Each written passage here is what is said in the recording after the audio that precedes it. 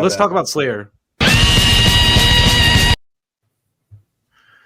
I thought this was an interesting story from the nice folks at Blabbermouth, of course. Kerry King talking about his current relationship with Tom Araya. People in the comments, because I pronounced his name Araya, I was like, oh, Tom Araya, and they're like, it's Araya. Araya. I'll say Araya. I think he's like Peruvian or something, but honestly, I appreciate that. Like I appreciate people taking the time to correct my pronunciation because I like to be accurate. So Tom Araya, for all the sticklers out there, not the guy I started the band with. So there's a couple like juicy little gossip tidbits in here. Yeah. So let's read it. In a new interview with Luis Cesar Pimentel of Brazil's Cucamonga, Kerry King was asked how the 2013 death of the band's founding guitarist Jeff Hanneman affected his relationship with Slayer vocalist Tom Araya. Kerry responded, as Travis Scott, blah, blah, blah, blah, blah. I think Jeff's passing weighed harder on Tom than it did me, and I don't mean that from any kind of friendship perspective. It's just my taking wasn't as bad as Tom took it. Of course, it was horrible, and no one ever wanted that to happen, but it really weighed on Tom. I think that's what led him wanting to retire earlier than me, because I think he felt the band was different. But then out of nowhere, Tom decided he wanted to play some Slayer shows last year, and I went, well, I never wanted to stop playing shows, so yeah, let's try it out. That sounds like Kerry King. I mean, I saw his band, a month or so ago, and he's killer. They were killer, dude. I honestly like dude's voice. From isn't he from Death Angel? The guy he's got singing for him, dude. That guy's got a hard voice, and I don't want to say it's better than Tom, but like, Tom in his prime is obviously, but. It's killer. Like the Kerry King and the renditions they do of the Slayer stuff is killer too. You've seen him, Eric. Yeah, he's great. I've seen him too. When they opened for Lamb of God. That's right. That's Mastodon. Right. We've all seen him separately. That's amazing. Yeah, that's true. We've all sold. Separately. I saw him on that same. I'm on the same tour that Dryden's on. Yeah. It pisses me off too, kind of, that people say it's like, oh, it sounds like Slayer, and it's like, whoa, of course it does. Everything is Slayer, like, yeah.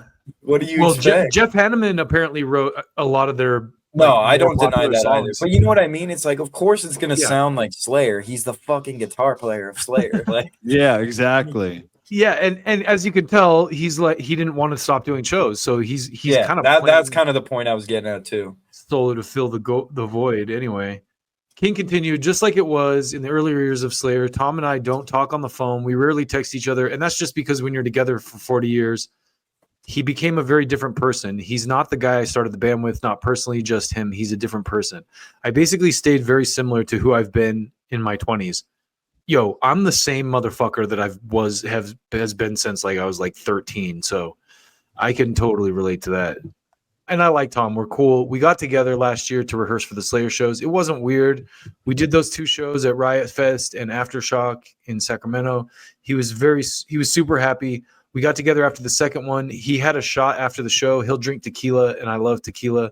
So that's what we had. And I think the first idea to play this year was for the show we missed last year because of the hurricane. So we rebooked that. And I said, if we never play another show, I want to make that right with the promoter because it wasn't our fault. But he wanted us to play. So we're playing there this year. And this year we get to play with Black Sabbath. I can't fucking wait. Nice. Yeah, I mean, I wouldn't be surprised if Slayer came out of retirement just to play with Black Sabbath. Like, yeah. I know there's probably some bands that would do that. Shit, yeah. I mean, you can't blame them. In January 2011, Hanneman contracted a necrotizing fasciitis. I think that's how you pronounce it. Also known as flesh-eating disease.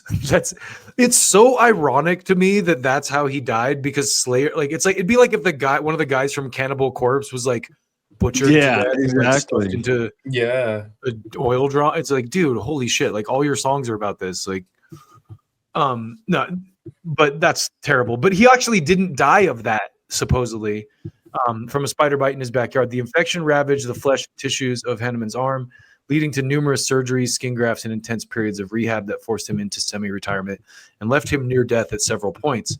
Hanneman eventually died in May 2013 from alcohol-related cirrhosis of the liver. He's credited for writing many of Slayer's classic songs, including Angel of Death and South of Heaven. So yeah, like I mean, I'm sure that the spider bite took a toll on his liver. It probably helped the cirrhosis along, maybe, but yeah, that's interesting. Like, what kind of spider bit him too? Yeah, any spider. He said it was like in his hot tub outside or something. He got bit by some spider and fucking. Damn, weird. I didn't know that. Yeah. Back in February 2024, Kerry was asked by Rolling Stone how he found out Araya wanted to retire. King said at the time, we were on tour and some kid was interviewing him and he said something about, I've got to get together with Kerry and talk before we talk about the next record. He should have just said, I'm probably not going to do another record, or had that conversation with me before he mentioned anything like that. I was just assuming, oh, fuck, what's going on? What's this going to be? And it was, I'm done, not what I expected. But if you made that decision, I'm not going to try to talk you out of it because your heart's not going to be in it anyway.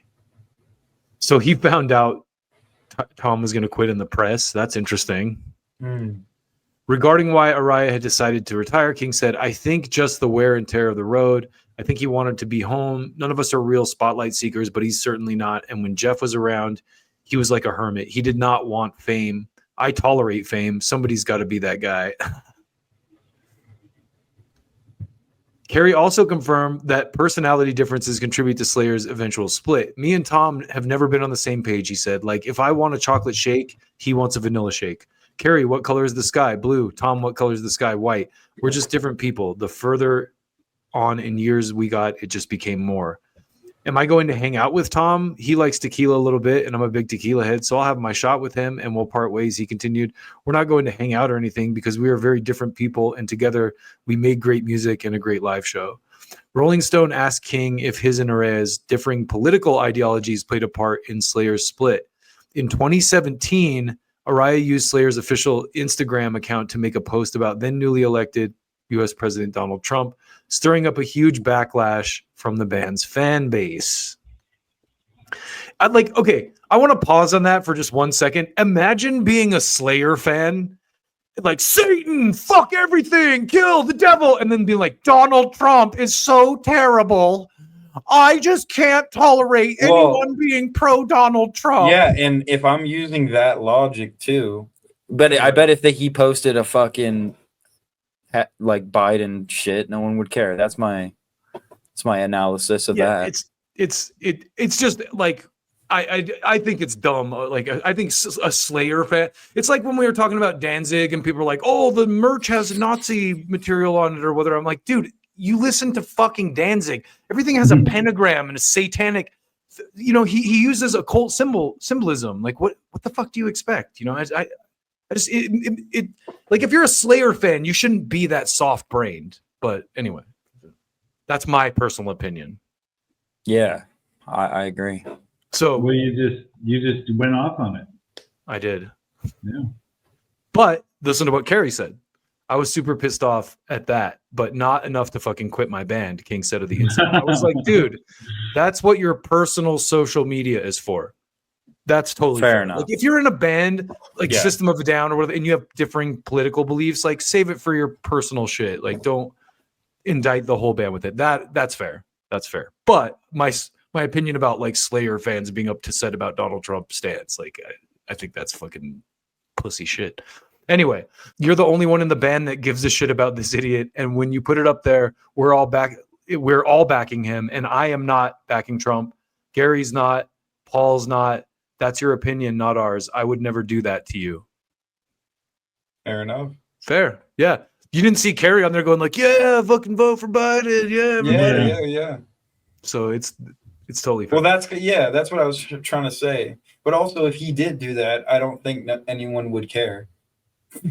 Yeah. So, I don't know. I mean, that's a good point. Like, you might have like one or two like angry dudes that are like, oh, fuck you. You know what I mean, though? It's like socially acceptable a little bit. Right. It's not like it's not the devil. It's like that's the irony of it too that just gets me. Is it's like the satanic panic. I compare it to that all the time. It's like Yeah, it's like, true. oh, this is Satan and that's Satan. So prior to Slayer's 2024 reunion, King told Rolling Stone that he and Tom had not had any contact since the last show of Slayer's farewell tour in 2019. Not even a text, not even an email. He said, I've talked to everybody else from the band on the phone, text or email. Tom hit me up. If Tom hit me up, I'd probably respond. It probably depends on what he'd hit me up for, but I don't wish him dead at this moment. What the fuck? Not working now. It is shitty though if he's like not talking to them either, and then he just posts some shit on their band page, and they're like, "Dude, what the fuck?" Like, Yeah. So I understand completely That it part is, of it, I don't agree with. I don't think. yeah, that's like cool. come on, that's the thing. You got to be like classy a little bit. Like that's kind of. But the backlash of Slayer fans is something that yeah. I'm like, come on. I don't dude. wish him Come dead on. at this moment. No. Yeah, I wanted to talk about that. Yeah, That's a very interesting way to compliment someone. I guess. I don't wish him dead at this I guess that's a moment. good thing. Yeah, that's true. That's it. It's a very good way. It's like a backhanded compliment. Yeah. Yeah. I didn't know. It's crazy because I mean, I would have never thought, unless they had talked about this, I never would have even known that they were like had differences of opinion or like weren't. Yeah, I didn't know either. I didn't Tom is even know kinda- Tom posted that. I had no idea about that. Yeah, Tom is kind of quiet too. So it's like Yeah, he is. he seems like he's like Kerry seems more like the mouth, like the public face of the band Yeah. Yeah. than Tom does for sure.